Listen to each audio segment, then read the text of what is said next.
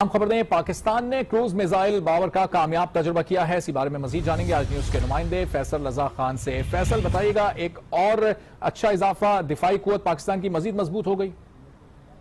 जी बिल्कुल, ISPR के मुताबिक जो ताज़ा तरीन इतलात मौसूल हुई हैं उसके मुताबिक पाकिस्तान ने आज जो बाबर क्रूज मिसाइल का तजुर्बा किया है वो इंतहाई कामयाब रहा है। ये मिसाइल 700 किलोमीटर तक जमीन और समंदर में अपने अहदाफ को कामयाबी से निशाना बना सकता है। मिसाइल बर्क रफ्तार और अहदाफ को दुरुस्त निशाना बनाने की सलाहियत के साथ साथ रेडार में नजर न आने वाली स्टेल्थ टेक्नोलॉजी से लैस है और ये मिसाइल हर किस्म के रवायती और गैर रवायती वॉर हेड्स जो है वो ले जाने की सलाहियत रखता है।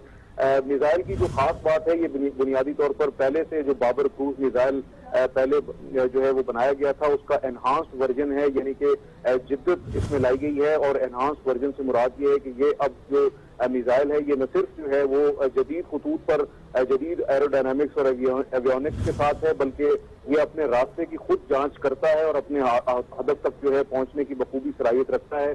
Chairman joint chief of staff committee general Zubair Mahmood Hayat ने इस मिसाइल तजुर्बे का मुआयना किया और इस मौके पर जो है उन्होंने कहा कि मुल्की स्ट्रेटेजिक कमांड और कंट्रोल निज़ाम जो है उस पर मुकम्मल एतमाद है और खास तौर पर स्ट्रेटेजिक फोर्सेज की जो ऑपरेशनल तैयारियां हैं उस पर उन्होंने इत्मीनान का इजहार किया। उन्होंने कहा कि मिसाइल तजुर्बे से पाकिस्तान का दिफा जो है वो मजीद मुस्तहकम हुआ है और पाकिस्तान के जो तजवीराती दिफा है उसमें बाबर क्रूज मिसाइल की शमूलियत जो है वो एक ग्रां कदर इजाफा है। बाबर क्रूज मिसाइल 700 किलोमीटर मार की सलाहियत रखता है। क्रूज मिसाइल जमीन और समंदर में हदफ को निशाना बना सकता है। फैसल रजा खान, बहुत शुक्रिया अपडेट करने के लिए।